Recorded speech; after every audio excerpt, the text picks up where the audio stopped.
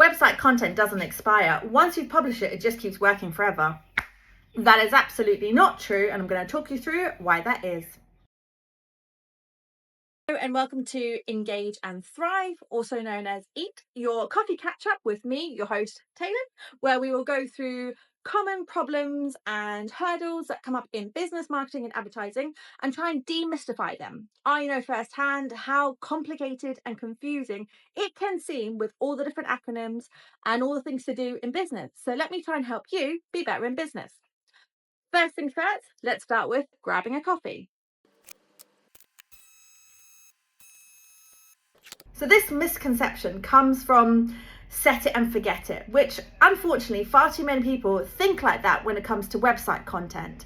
And actually you're forgetting that algorithms change, algorithms shift, your brand positioning changes, your tone of voice might evolve, your target demographics may evolve. And if you're not evolving or updating or refreshing your content, it actually could be hurting you. And when I'm talking about website content, I'm not just talking about your blogs. I'm talking about everything on your website. So from your About Us pages, your service pages, your landing pages, your lead magnet pages, whatever it is, those can have broken links, offers can expire, you may need to update your terms and conditions related to it. There is so much that could decay and actually need a refresh. And what you need to think about is algorithms are designed to look at freshness of content. And if you saw the news recently, even Instagram is now allowing Google to search and crawl posts, which means even your old content on Instagram could be irrelevant and need a refresh. But that's a whole nother episode. If it's visible, it's judgeable. As always, let's go through vocab. The first one being content decay. This is the gradual decline in engagement, traffic, and relevance of a piece of content over time. Content audit, a process of reviewing existing content to assess performance, accuracy, and optimization opportunities. Evergreen content. This is content designed to remain relevant over time without needing frequent updates. SEO, search engine optimization, the practice of updating and improving content to improve its visibility on search engines like Google. Content refresh, updating existing content to improve its accuracy, relevance, and performance. You can see where I'm going with this. Link rot. This is when a hyperlink, so a URL, with content becomes broken or points to an outdated or irrelevant source. AIO, Artificial Intelligence Optimisation, structuring and improving content for AI interpretation. AEO, Answer Engine Optimisation, structuring content to appear in featured snippets and answer boxes. Number one, what is content decay and why it happens?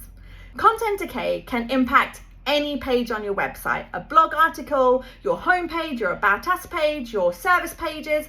And it's when the pages get less engagement or less traffic. Essentially, it's decaying, it's rotting, it's no longer relevant for search engines or people or anything. And this can happen anywhere from 3 to 6 months after publishing, especially if it's a trending topic. So it might be that people are searching a lot about that subject matter now, or there's been an influencer talk about something, and so it was a really hot topic.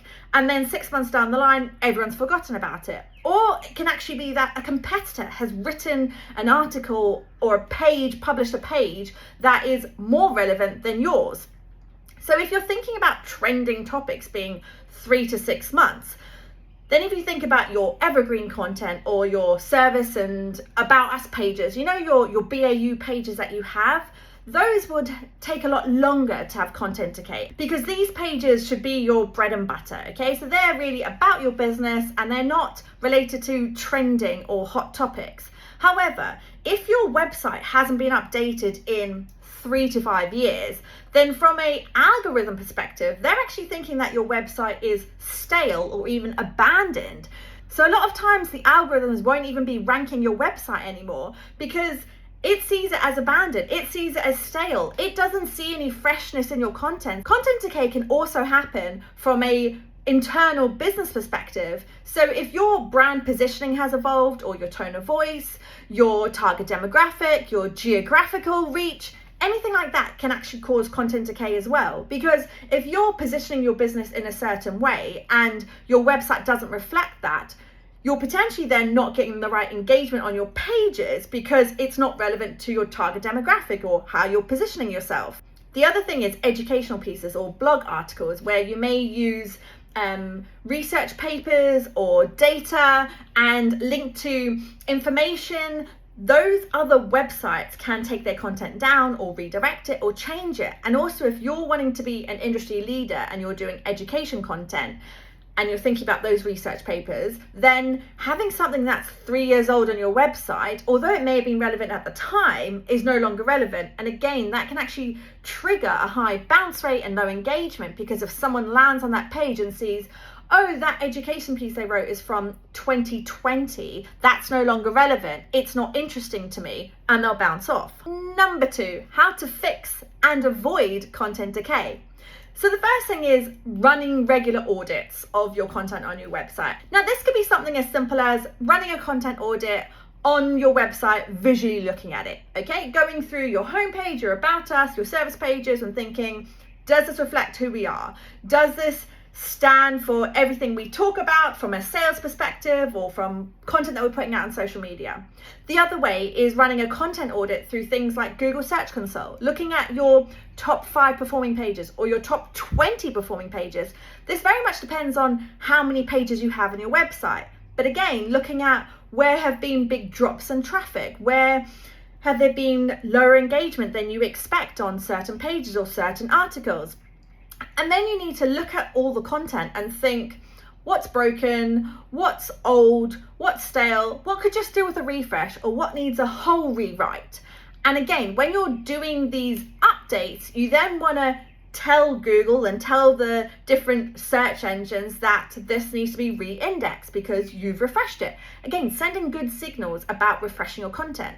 So when you're thinking about algorithms like fresh content, they like relevant content, they like high engagement content, because it's showing that you are trustworthy as a website. It's likely to then serve it up to people. Again, if you have stale content, old content, you're not getting traffic anymore to your website, that's not seen as trustworthy. The other thing you want to think about with refreshing content, and I suppose this is the right time to be thinking about reviewing your content on your website and doing a refresh, is the shift with how people search. So we know people are still searching on Google, and then Google has evolved their algorithm to give summaries at the top, so the Answer Engine Optimisation. The other thing is people are obviously using LLMs, AIs to do search. So ChatGPT, Google Gemini, Claude. Again, the way they are searching is different. It's no longer just a few words in a search bar. People are having full-blown conversations with AIs. So again, when you're thinking about your content refresh and how your content looks right now and does it look stale, is are you answering those typical FAQs that people would ask? And I don't mean having a separate FAQ page. I mean actually integrating that as part of your content and how you're writing. Remember, with all of these, don't try and focus to be ranking for algorithms and ranking for AI. Think about writing for a human, because again, you want to be a trusted source of content.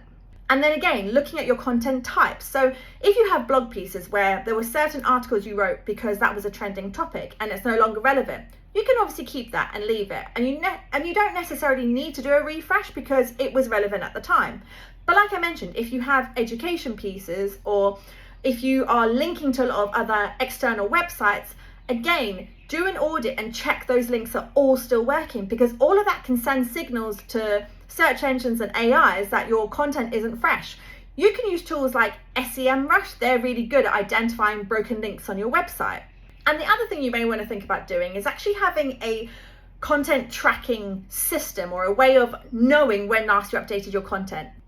This can be as simple as using a Google Sheet and listing off the different pages on your website and or all the blogs that you have. When did you publish it? When did you last refresh it? And even your focus keyword or your target demographic for those pages and for that content. Again, search intents change. So if you wrote a blog article aiming for a certain target demographic a couple of years ago, but actually you know that the information they're looking for now may have evolved, you may want to refresh it. As a wrap up, You don't always need to be creating new content to have fresh content. Content decay happens when people have that mindset of set it and forget it. I obviously mentioned this earlier, but if it's visible, it's judgeable. And I think the horror story comes because people think it's such a big effort to update website content, or we need a whole new website, or we need to rethink everything. No, as long as you're doing little updates all the time, or doing a review every quarter and thinking, what else could we improve, or what else could we optimize based on where we're going, or how the industry is changing, or how our target demographic are thinking. So I'm going to reiterate this again, just as a reminder. If it's visible, it's judgeable. Thank you for joining me for another episode of Engage and Thrive with your host, Taelon, and see you next week.